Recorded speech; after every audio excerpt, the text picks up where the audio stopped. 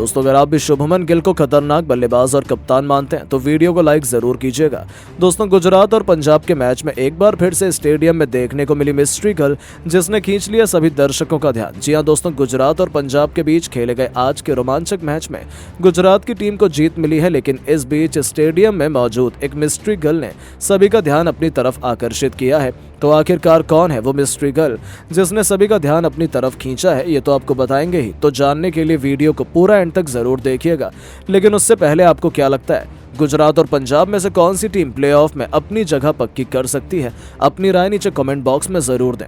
दोस्तों जैसा कि आपको पता है, गुजरात और पंजाब के बीच पंजाब के घरेलू मैदान पर रोमांचक मैच खेला गया जिसमें गुजरात की टीम इस मैच को 3 विकेट से जीत गई। इस दौरान गुजरात की टीम ने टॉस हारकर पहले गेंदबाजी करते हुए पंजाब को 142 रन पर 20 ओवर में ऑल आउट किया और इसका पीछा करने के लिए आई गुजरात की टीम ने लक्ष्य को 19.1 ओवर में अपने नाम कर लिया। इस मैच में गुजरात की टीम की तरफ से गेंदबाजी के दौरान साई किशोर ने सर्वाधिक 4 विकेट लिए तो वहीं मोहित शर्मा और नूर अहमद को 2-2 विकेट मिले। हालांकि अब इसका पीछा करने के लिए आई गुजरात की टीम की तरफ से बल्लेबाजी में राहुल तेवतिया ने नाबाद 36 रन की पारी खेली तो वहीं साई सुदर्शन ने 31 और शुभमन गिल ने 35 रन का योगदान दिया। ऐसे में गुजरात की टीम को मिली 3 विकेट से जीत के बाद पंजाब के खिलाफ जीत दर्ज करते गुजरात 6 नंबर पर आई। लेकिन इस बीच स्टेडियम में एक मिस्ट्री गर्ल ने सभी का ध्यान खींचा। जी हां दोस्तों, मैदान पर बार बार एक लड़की सभी का ध्यान आकर्षित कर रही थी और कैमरामैन भी उसको फोकस करता हुआ दिखाई दे रहा था, जिसके बाद सभी के दिमाग में एक ही सवाल था कि ये लड़की कौन है। हालांकि मैदान पर कई दर्शक मैच देखने के लिए आए थे, लेकिन उस लड़की ने सभी को अपनी तरफ आकर्षित कर लिया और कैमरामैन भी उस पर फोकस करता हुआ दिखाई दे रहा था। आपकी जानकारी के लिए बता दें, ये लड़की कोई और नहीं बल्कि गुजरात की टीम के कप्तान शुभमन गिल की बहन शैनील गिल थी, जो अपने पूरे परिवार के साथ मैच को देखने के लिए आई थी। ऐसे में गुजरात की टीम को सपोर्ट करने के बाद में काफी ज्यादा उत्साहित दिखाई दी, जिसके चलते उन्होंने मैदान पर सभी का ध्यान अपनी तरफ खींच लिया। तो दोस्तों आपको क्या लगता है, इस मैच में गुजरात की टीम की जीत के असली हीरो कौन रहे हैं? अपनी राय नीचे कमेंट बॉक्स में जरूर दें। दोस्तों आईपीएल का सबसे जबरदस्त मुकाबला ईडन गार्डन के मैदान पर रॉयल चैलेंजर बैंगलोर और कोलकाता नाइट राइडर के बीच खेला गया। इस मुकाबले में रॉयल चैलेंजर बैंगलोर ने टॉस जीतकर पहले कोलकाता को बल्लेबाजी करने के लिए आमंत्रित किया। कोलकाता की तरफ से ओपनिंग की शुरुआत करने मैदान पर सुनील नारायण के साथ फिलिप सॉल्ट आए। वहीं बैंगलोर की तरफ से पहला ओवर लेकर आए मोहम्मद सिराज। इनका स्वागत दूसरी ही गेंद पर फिलिप सॉल्ट ने शानदार छक्का लगाकर किया। इसके बाद भी फिलिप सॉल्ट रुकने का नाम नहीं लिए। तीसरी गेंद को भी उन्होंने चौके में तब्दील कर इस ओवर से 12 रन बटोर लिए और अपनी टीम को बेहतरीन शुरुआत दिलाई। बैंगलोर की तरफ से दूसरा ओवर लेकर आए यश दयाल। इनका भी स्वागत फिलिप सॉल्ट ने चौथी और पांचवी गेंद पर लगातार 2 चौका लगाकर किया और अंतिम गेंद पर 2 रन बटोरकर अपनी टीम के स्कोर को 2 ओवर में 23 रनों तक पहुंचा दिया। बैंगलोर की तरफ से तीसरा ओवर लेकर आए एक बार फिर मोहम्मद सिराज। इस बार इनका स्वागत तीसरी गेंद पर सुनील नारायण ने शानदार चौके के साथ किया। 3 ओवर में ही कोलकाता का स्कोर 27 रनों तक पहुंच चुका था।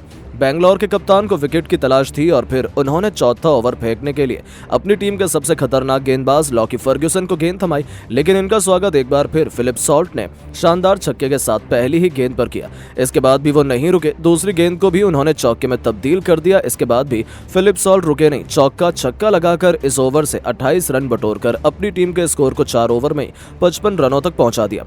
बैंगलोर की तरफ से 5वां ओवर लेकर आए एक बार फिर मोहम्मद सिराज और आते ही उन्होंने बैंगलोर को मैच में शानदार वापसी करा दी। अपने ओवर की दूसरी गेंद पर मोहम्मद सिराज ने फिलिप सॉल्ट को पवेलियन का रास्ता दिखा दिया।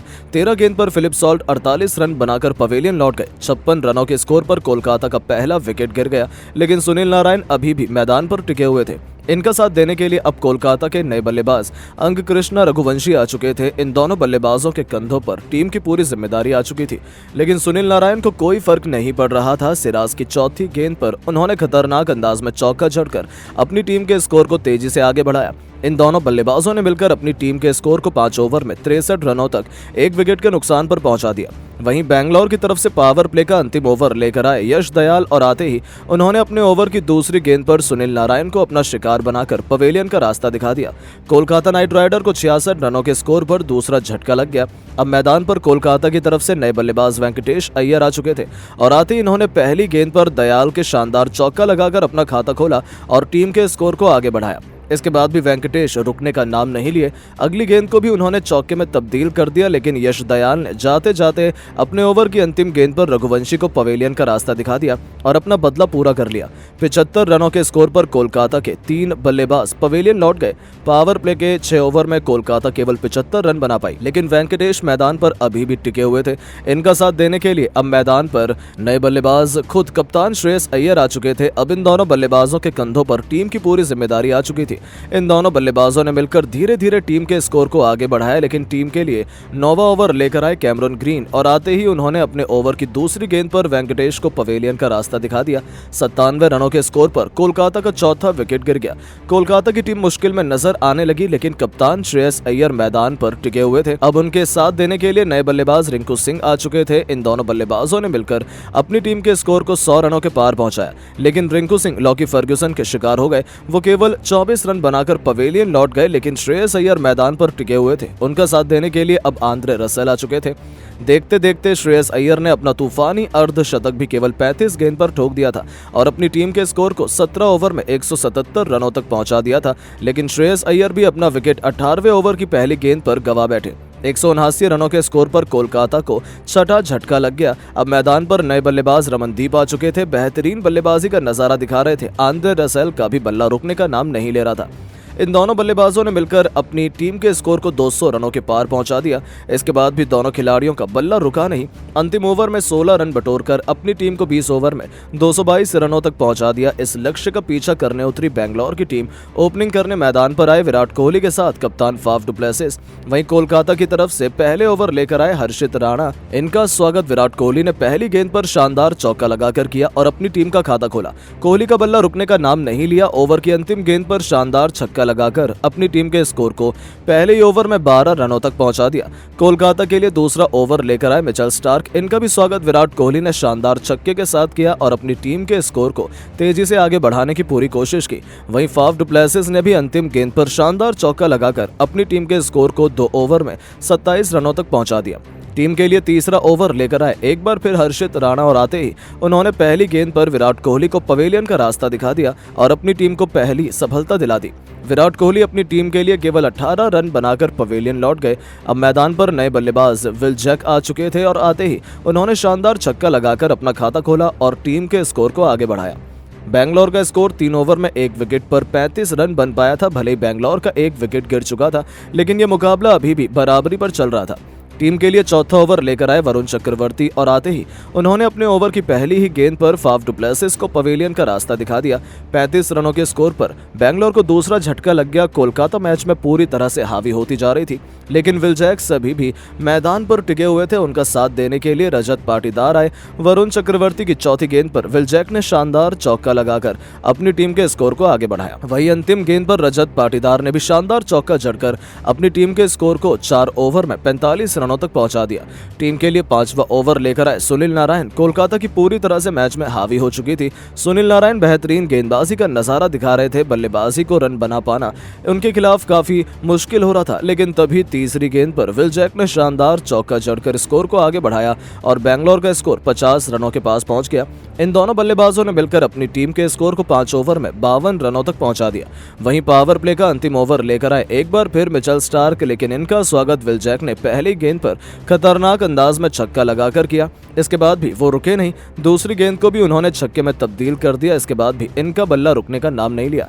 5वीं गेंद को भी विल जैक ने खतरनाक अंदाज में छक्के में तब्दील किया। वहीं अंतिम गेंद को उन्होंने चौके में तब्दील कर इस ओवर से 22 रन बटोरते हुए अपनी टीम के स्कोर को पावर प्ले के 6 ओवर में 74 रनों तक पहुंचा दिया।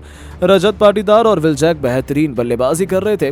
तूफानी अंदाज में दोनों बल्लेबाज नजर आ रहे थे। कोलकाता के गेंदबाजों की जमकर कुटाई कर रहे थे। देखते ही देखते इन दोनों बल्लेबाजों ने अपना तूफानी अर्धशतक ठोक दिया, लेकिन टीम के लिए 12वां ओवर लेकर आए आंद्रे रसेल ने अपने ओवर की पहली गेंद पर विल जैक को पवेलियन का रास्ता दिखा दिया। 32 गेंद में 55 रन बनाकर विल जैक पवेलियन लौट गए। उनके जाते ही इसी ओवर में रजत पाटीदार भी अपना विकेट दे बैठे। 138 रनों के स्कोर पर बेंगलोर का चौथा विकेट गिर गया। रजत पाटीदार भी 52 रन बनाकर पवेलियन लौट गए। वहीं कैमरन ग्रीन कुछ खास नहीं कर पाए, केवल 6 रन बनाकर पवेलियन लौट गए। इतना नहीं, महिपाल लॉम्बरर भी कुछ नहीं कर पाए। यह भी सुनील नारायण के शिकार हो गए।